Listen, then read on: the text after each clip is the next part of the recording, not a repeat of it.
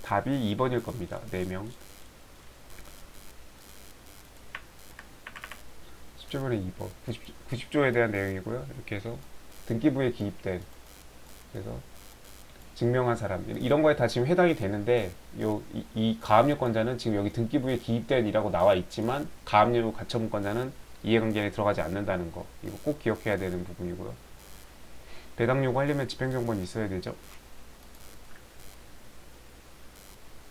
여기 집행력 있는 정보에 의하여 배당을 요구한 채권자, 집행력이 없기 때문에 안 되고, 여기는 압류 채권자인데 지금 가압류이기 때문에 안 되고, 연결 지어서 기억해주면 됩니다.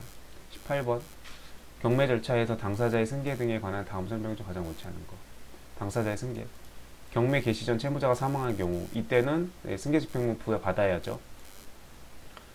채무자에 대해서 이제 판결을 받아가지고 그걸 집행 권한으로 해가지고 경매에 넘길 건데, 그 사람이 사망해 버렸네. 그러면은 그 사람에 대해서, 지금 죽은 사람에 대해서 경매를 진행할 수가 없기 때문에 그 이 세무자한테 받은 판결문을 가지고 이제 이 사람 상속인이 있을 거 아니에요. 그 상속인에게 이제 그 상속인 앞으로 이제 승계 집행문을 받아야죠. 이 채무자에 대한 확정 판결의 효력을 너한테 미치게 하겠다. 왜냐면 네가 상속인이니까, 너의 부모님이 돌아가셨으니까 상속인인 너가 네 부모님이 받은 판결의 효력을 네가 받아서 경매를 진행하겠다. 그런 뜻이죠. 승계 집행문. 너무너무 중요한 거. 경매 개시 전 사망한 사실을 간과하여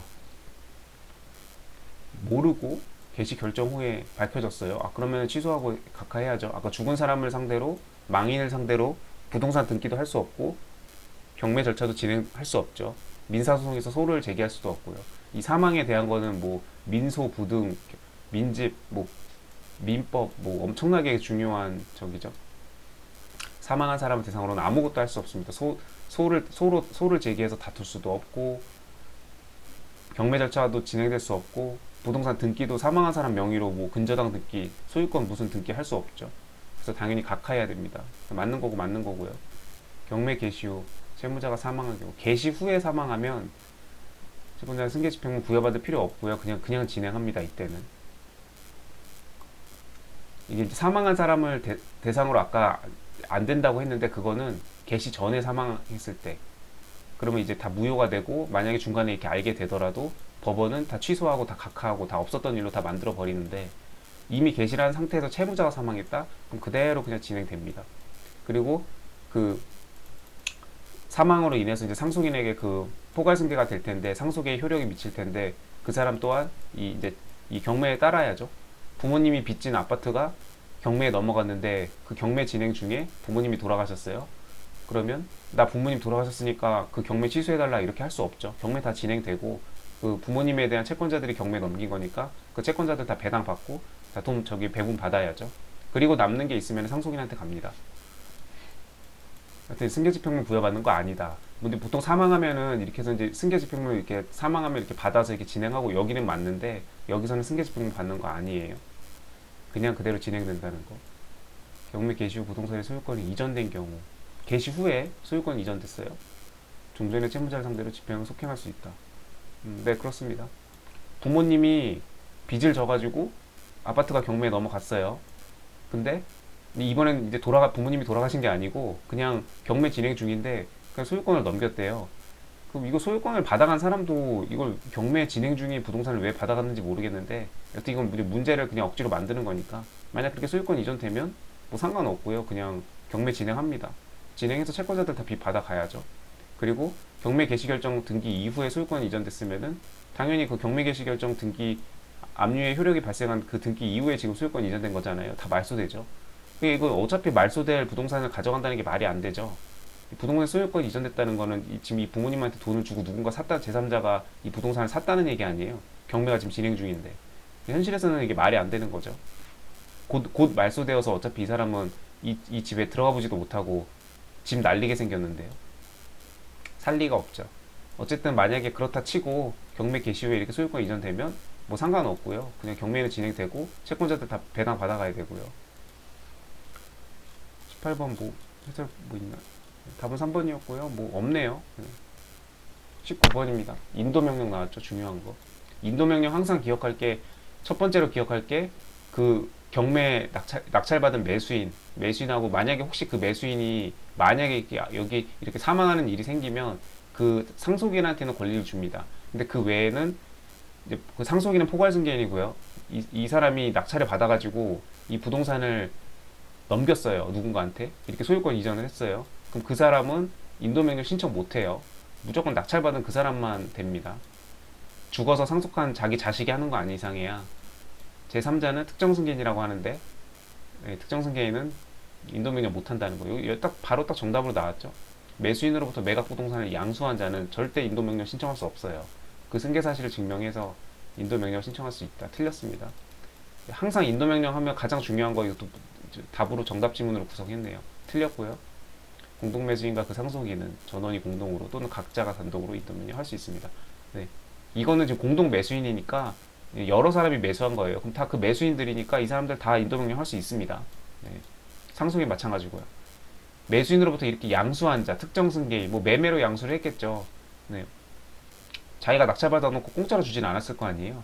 네, 아무튼 이렇게 이런 뭐 증여를 받았다고 해도 공짜로 줘서 증여라고 해도 마찬가지고요. 이 특정 승계인들은 인도명령 할 수 없다. 이거는 지금 공동 매수인이니까 어쨌든 다 매수인들이에요. 네, 여러 사람이 돈을 쪼개가지고 이렇게 분담을 해가지고 네, 여러 사람 이름 명의로 낙찰을 받은 거니까 이 사람들 다 됩니다.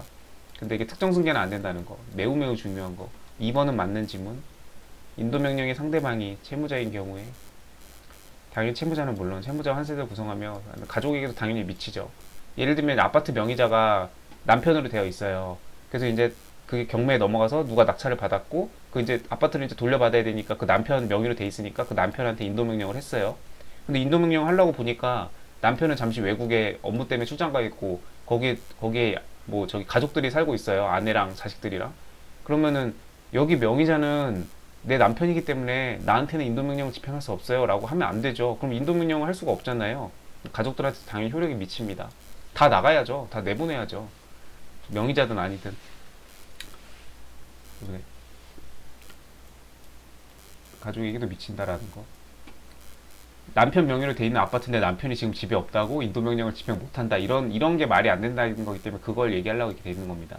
상대방이 채무자이고 그 채무자의 가족들인 경우에 당연히 가족들에게도 미친다. 한 번 봤고요. 매각으로 소멸하는 최선순위 근저당 가압류보다 먼저 점유를 시작한 자도 권한이 없으면 인도명 상대방이 되죠. 네. 반대로 매수인에 대한 권한이 있으면 예를 들면 주의법상에 그 대항력을 갖춘 1순위 그러니까 근저당이나 이런 것보다 최선 순위로 그 주인법상에 전입신고하고 확정일자 갖추고 그러니까 확정일자는 안 갖춰도 돼요. 여기서는 대항요건이면은 주민등록하고 이전이죠. 네, 그걸 해가지고 대항요건을 갖춘 만약에 임차인이 있다 그러면 임차인은 아까 배당요구 그 집행법원에 반드시 배당요구 해야 된다고 그랬죠. 배당 받고 싶으면. 근데 만약에 안 받고 싶으면 안 해도 된다고 했죠. 자기가 1순위면은. 그러면은 이렇게 인도명령이 들어올 수가 없어요. 왜냐면 이 매수인은 그 1순위 임차인한테 보증금을 다 줘야 됩니다. 그래야 내보낼 수 있어요. 이 사람은 1순위로 권한이 있으니까 당연히 인도명령의 상대방이 되지 않죠. 권한이 있으면 상대방이 되지 않고 대항할 수 있는 권한이 없으면 뭐 그 대항력이 만약에 이 앞에 근저당이나 이런 게 있어서 소멸해버렸다 그러면 매수인에게 대항할 수 없죠. 네. 뭐 그냥 뭐 불쌍하지만 나가야죠. 임차인은. 그래서 그 얘기입니다. 인도명령은 경매에 관심 있는 분들 법 공부를 안 했어도 경매 하시는 분들은 인도명령 반드시 알아야 되는 낙찰받아서 반드시 이거 명도소송 하기 전에 약식 절차죠. 부동산 인도명령은 간단하게 이렇게 경매 절차에 매수인에게만 혜택을 주는 거예요. 그래서 일반 매매로 부동산을 산 사람한테 인도명령 이런 게 해당되지 않죠. 이거 경매에 있어서 그런 거예요. 공매도 안 돼요. 경매만. 네, 자산관리공사 캠코에서는 공매도 안 되고 경매의 경우에만 나오는 민사집행법에서만 가능한 인도명령입니다. 되게 중요한 거고 없네요. 20번 절차의 경합에 대한 설명이 옳지 않은 거. 동일한 대상물에 대한 가압류 집행은 경합이 허용되어 중복 압류 자체에 집행하며 경합 허용되고요. 네, 중복 압류되고 상호간에는 우열이 없죠. 네, 가압류 채권자 사이에는 채권자 평등의 원칙 다 동순입니다. 채권액에 따라서 안분 배당하죠. 가압류 집행이 경합된 경우 그중 하나가 본압류로 이행된 때에는 다른 가압류 채권자를 배당과 채권자 지위를 갖는다. 네. 뭐 당연한 내용들이고 소유권 이전 등기 청구권에 대한 처분금지 가처분의 집행 후 가압류 집행이 이루어진 경우 처분금지 가처분을 이렇게 하고 나서 가압류 집행이 이루어지면 이 가압류권